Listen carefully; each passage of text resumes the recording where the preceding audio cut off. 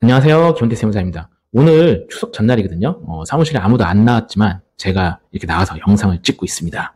이 창업 감면에 대해서 많은 분들이 물어보시는데 제가 예전에 찍었던 영상이 있는데 그 영상을 미리 좀 보고 이 청년 창업의 감면이 뭔지에 대해서 기본적으로 좀 아신 다음에 영상을 보시는 걸 추천드립니다.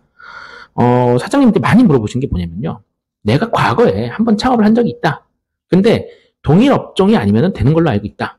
내가 가능한지. 그걸 많이 물어보십니다. 3년 전에 주점을 했었다. 근데 이번에는 고깃집을 창업하려고 한다. 이 요건을 보니까 내가 대충 요건이 맞는 것 같은데 어떻게 감면 받을 수 있겠습니까? 결론적으로 말씀드리면 감면 받을 수 있다입니다. 왜냐하면 주점과 음식점은 서로 다른 업종입니다. 이 다른 업종을 나누는 기준은요. 국세청의 사업등록증상의 업종 코드는 아닙니다. 정확하게 이야기하면 통계청에서 발표하는 표준산업분류에 따라서 나누게 돼 있어요. 이 표준산업분류가요. 대분류, 중분류, 소분류, 세분류, 세세분류 이렇게 5가지로 나뉩니다. 이 중에서 네 번째인 세분류를 기준으로 따지는 거예요. 아까 전에 저한테 이제 상담을 하신 과거에 주점을 하셨다는 분은 그 주점은요 서비스업이죠. 서비스업이냐 대접이냐 이런 건 대분류고 좀 전에 주점과 음식점 부분은요 중분류에서는 같이 들어가 있는데 소분류에서 주점과 음식점이 나뉩니다.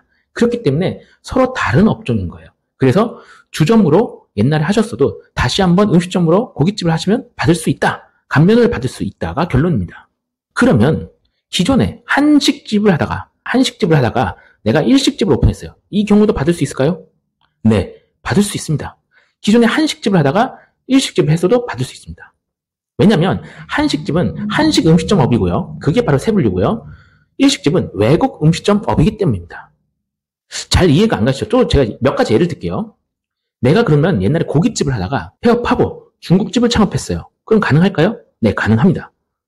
왜냐? 업종이 다르다고 했죠. 아까 전에 고깃집은 한식 음식점업이에요.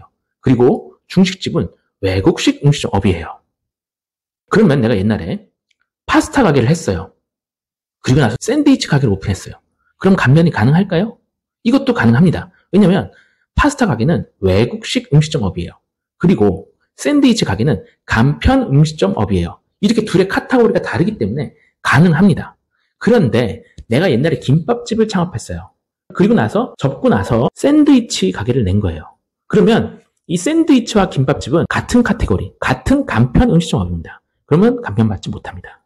또 아까 전에 중국집을 내가 창업을 했어요. 그리고 나서 내가 일식집을 창업한 거예요.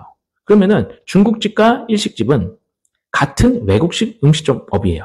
그러면 같은 카테고리 안에 있기 때문에 동일한 업종, 같은 업종을 재차 창업한 것으로 봐서 창업 감면을 받지 못합니다. 그러니까 창업을 하시기 전에 이런 것들을 좀 맞춰보면서 사전에 좀 맞춰보면서 창업을 결정하시면 5년간의 세금 혜택을 받아보실 수 있는 여지가 생기는 거죠. 내가 옛날에 떡볶이집을 했단 말이에요. 떡볶이 가게를 했는데 떡볶이는 간편 음식점이잖아요.